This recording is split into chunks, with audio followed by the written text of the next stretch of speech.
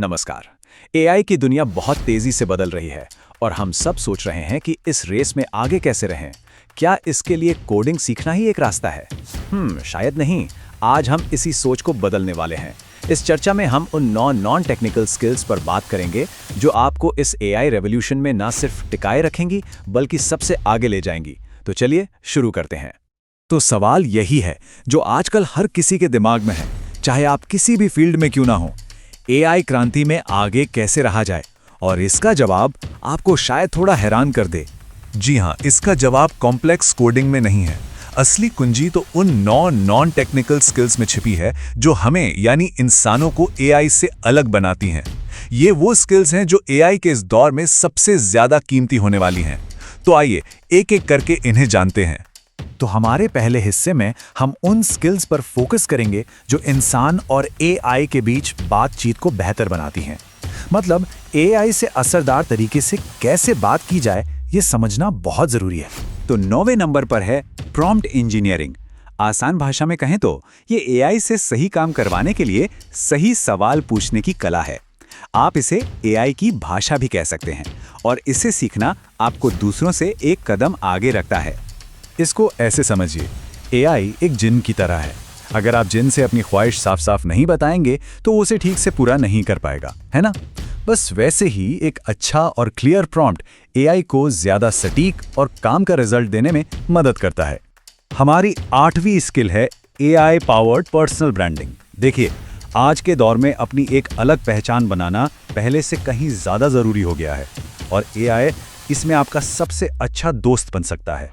एक उदाहरण लेते हैं। सोचिए एक ग्राफिक डिजाइनर है।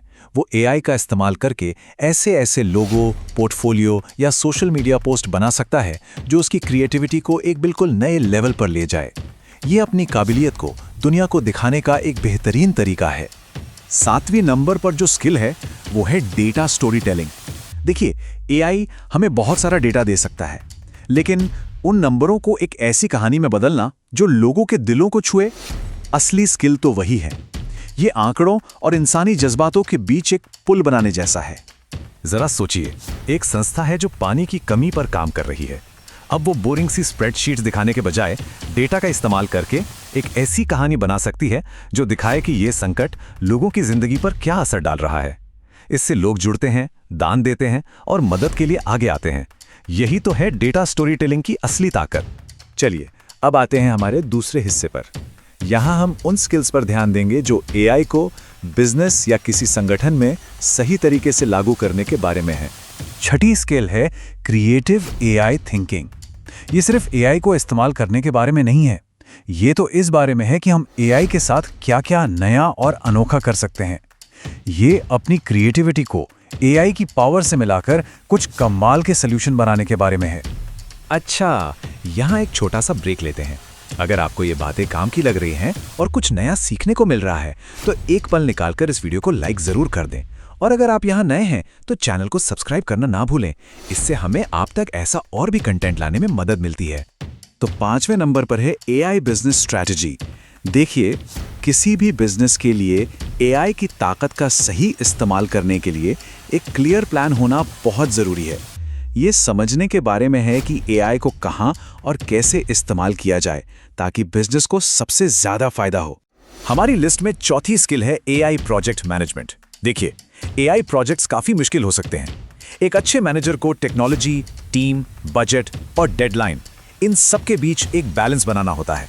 जैसे मान लीजिए कोई एयरलाइन अपने कस्टमर सर्विस के लिए एक चैटबॉट बना रही है, तो प्रोजेक्ट मैनेजर को यह देखना होगा कि सब कुछ सही से और समय पर हो।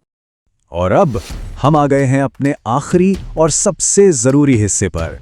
ये स्किल्स असल में हमारी इंसानी सोच, हमारी जिज्ञासा और हमारी नैतिकता के बारे में हैं।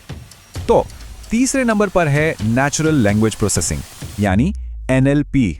हाँ, नाम सुनकर शायद थोड़ा टेक्निकल लगे, पर यकीन मानिए इसकी बेसिक समझ अब हर किसी के लिए जरूरी हो गई है।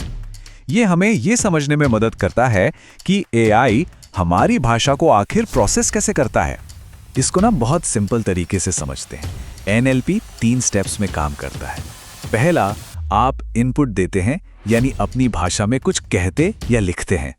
दूसरा, एआई उसे प्रोसेस करता है, मतलब उसका अर्थ और संदर्भ समझता है। और तीसरा, वो एक आउटपुट देता है, यानी आपको जवाब देता है या कोई काम करता है। बस इतना आसान है। दूसरी सबसे जरूरी स्किल वो है जिज्ञासा और लगातार कुछ नया सीखते रहने की चाह। देखिए, एआई की दुनिया बहुत तेजी से बदल रही है, तो जो लोग उत्सुक रहते हैं, नई नई चीजें ट्राई करते हैं और बदलाव को अपनाते हैं, वे हमेशा आगे रहेंगे। यही मानसिकता आपका असली सीक्रेट वेपन है। और अब बारी है उस स्किल की जिसका हम सब इंतजार कर रहे थे, वो सबसे जरूरी नॉन टेक्निकल एआई स्किल जो आपको सबसे आगे रखेगी। वो है नंबर 1 पर है एआई की सीमाओं को समझना। जी हाँ, ये जानना कि एआई क्या कर सकता है उतना ही जरूरी है जितना ये जानना कि एआई क्या नहीं कर सकता। यही समझ हमें एआई का समझदारी से, नैतिकता से और जिम्मेदारी से इस्तेमाल करने में मदद करती है। देखिए, एआई डेटा प्रोसेस करने में और पैटर्न खोजने में कमाल का है। वो बार बार किए जाने वाले काम चुटकियों में कर सकता है। लेकिन जब बात आती है सही गलत का फैसला लेने की, किसी पूर्वाग्रह को पहचानने की या किसी बात के गहरे संदर्भ को समझने की, तो वहाँ इंसान की ज़रूरत पड़ती है। हमारी इंसानियत ही एआई के साथ हमारी सबसे बड़ी ताकत है। तो ये रही आपकी पूरी एआई टूलकिट। प्रॉम्प्ट इंजीनियरिंग से लेकर एआई की सीमाओं को समझने तक, ये 9 स्किल्स आपको आने वाले कल के लिए तैयार करेंगी। ये वो क्षमताएं हैं जो आपको एआई के साथ मिलकर काम करने और हमेशा आगे बढ़ने में मदद करेंगी। तो अब हम आपसे जानना चाहेंगे, इन 9 स्किल्स के बारे में आप क्या सोचते हैं? आपके हिसाब से इनमें से कौन सी स्किल सबसे ज्यादा जरूरी है? अपने विचार हमारे साथ नीचे कमेंट्स में जरूर शेयर कीजिए। हमें आपके विचार पढ़कर बहुत अच्छा लगेगा। यहाँ तक हमारे साथ बने रहने के लिए आपका दिल से बहुत बहुत शुक्रिया। अगर आप भविष्य को समझने में मदद करने वाले ऐसे ही और विश्लेषण देखना चाहते हैं तो हमारे चैनल को सब्सक्राइब करना बिल्कुल ना भूलें। हम बहुत जल्द दोबारा मिलेंगे।